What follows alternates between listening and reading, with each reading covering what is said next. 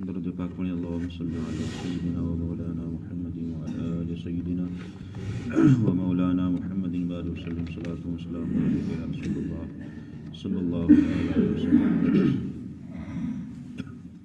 نماز کے تعلق سے چند احادیث کریمہ ہیں۔ حضرت عبداللہ بن عباس، حضرت عبداللہ بن عمر رضی اللہ تعالیٰ سے مروی ہے کہ حضور اکرم صلی اللہ علیہ وسلم فرماتے ہیں کہ جو مسجد جماعت میں 40 راتیں نماز عشاء پڑھے اور رکعت اولا فوت نہ ہو، مطلب 4 جو نماز فرض ہوتی ہے اس کی پہلی جو رکعت ہوتی ہے وہ فوت نہ ہو، تو اللہ تبارک و تعالیٰ اس کے لیے دوزخ سے آزادی لکھ دیتا ہے۔ سبحان اللہ۔ یہ ان لوگوں کے لیے ہے کہ جو نماز عشاء ادا کرتے ہیں اور نماز عشاء کی جو پہلی جو فرض ہے وہ فوت نہ ہو جماعت کے ساتھ۔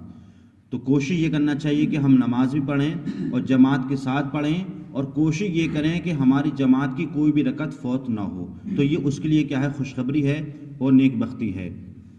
دوسری حدیث پاک میں ہے، میرے آقا صلی اللہ علیہ وسلم ارشاد فرماتے ہیں کہ سب نمازوں میں زیادہ گرا جو نمازیں ہیں وہ منافقین پر نماز عشاء اور نماز فجر ہے۔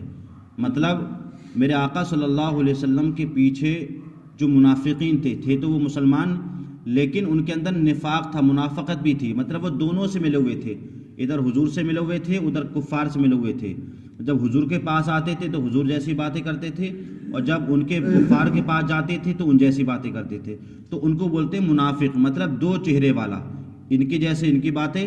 تو میرے آقا نے فرمایا کہ منافقین پر نماز عشاء اور نماز فجر جو ہے وہ گرا گزرتی ہے، حالانکہ میرے آقا فرماتے ہیں کہ ان کی فضیلت، نماز عشاء اور فجر کی اتنی فضیلت ہے کہ اگر کسی شخص کو معلوم ہو جائے تو وہ اپنے سرین کے بر گھسیٹتے ہوئے آئے گا، جیسے ہی ممکن ہوگا آئے گا، اگر اسے فضیلت معلوم ہو جائے۔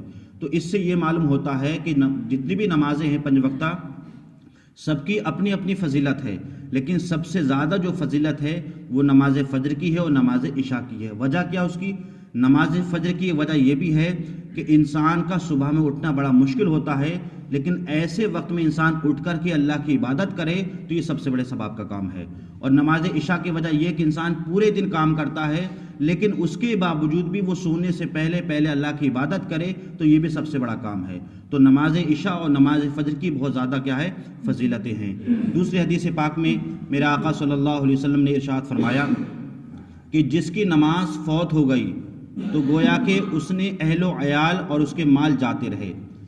مال جانے سے یہاں مراد یہ ہے کہ جس کی نمازیں فوت ہو گئیں تو گویا کہ اس کے مال کی برکت بھی ختم ہو گئی اور اس کے گھر کی بھی برکت ختم ہو گئی۔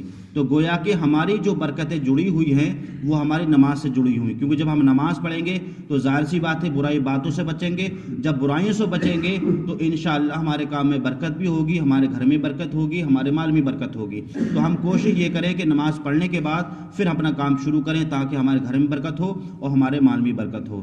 میرے آقا صلی اللہ علیہ وسلم دوسرے حدیث پاک میں ارشاد فرماتے ہیں کہ جس نے قصدن، مطلب جان بوجھ کر کے نماز چھوڑ دی، ایک تو یہ ہوتا ہے انسان کام میں مصروف ہے یا کہیں بیزی ہے، ایک ہوتا ہے کہ ہاں جان رہا ہے کہ اذان ہو گئی، نماز ہو رہی ہے، جماعت ہو رہی ہے، اس کے باوجود قصدن جس نے نماز چھوڑ دی، میرے آقا ارشاد فرماتے ہیں کہ اس کا نام جہنم کے دروازے پر لکھ دیا جاتا ہے۔ اللہ اکبر۔ تو ہم غور کیا کریں کہ جو ہم وقت ادھر ادھر دائیں بائیں بیٹھ کر گزار دیتے ہیں، ادھر نہ گزار کر صرف 10 منٹ کے لیے اس اللہ کی عبادت کیا کریں کہ جس اللہ نے ہمیں ہاتھ پیر آنکھ ناک سب کچھ دیا ہے، بے شمار اس کی نعمتیں ہیں، ہم اس کی عبادت کیا کریں۔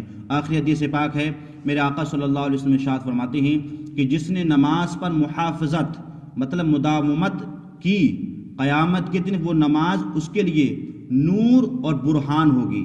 نور کہتے ہیں روشنی کو اور برہان کہتے ہیں دلیل کو۔ مطلب جب رب کے سامنے وہ بندہ حاضر ہوگا تو یہی نماز سامنے آ جائے گی اور رب سے عرض کرے کہ مولا نہیں، اس کو جہنم میں نہیں ڈالنا، بلکہ یہ وہ شخص ہے کہ جو نماز پڑھتا تھا تو اس کو جنت میں ڈال۔ یہ نماز ہمارے سامنے آ جائے گی، اللہ اور ہمارے درمیان حائل ہو جائے گی، یہ دلیل بن جائے گی، یہ روشنی بن جائے گی، مولا یہ جہنم میں نہیں جائے گا بلکہ جنت میں جائے گا کیونکہ یہ نماز پڑھتا تھا۔ اور آگے میرے آقا ارشاد فرماتے ہیں کہ جس نے نماز کی محافظت نہ کی، مطلب اس کو نہ پڑھا، تو اس کے لیے نہ ہی نور ہوگا، نہ ہی برہان ہوگی، نہ نجات ہوگی، بلکہ قیامت کے دن اس کا جو حساب ہوگا وہ قارون کے ساتھ، فرعون کے ساتھ، شداد کے ساتھ، حامان کے ساتھ، ابی بن خلف کے ساتھ ہوگا۔ یہ وہ لوگ تھے جو اسلام اور مسلمانوں کے دشمن تھے، اور جو ظالم تھے، جو جابر تھے، جنہیں اسلام سے کوئی تعلق نہیں تھا۔ ان کے ساتھ ان کا حساب ہوگا جو نماز کو نہیں پڑھتے ہیں۔ تو ہمیں حتی الامکان کوشش کرنا چاہیے کہ ہم جائز کام بھی کریں اور وقت نکال کر کے اس رب کی عبادت بھی کریں جس رب نے سب کچھ پیدا کیا ہے۔ کس کے لیے؟ جنات اور انسانوں کے لیے۔ اللہ تعالی ہمیں اور آپ کو صحیح طریقے سے نماز پنجگانہ پڑھنے کی توفیق عطا فرمائے۔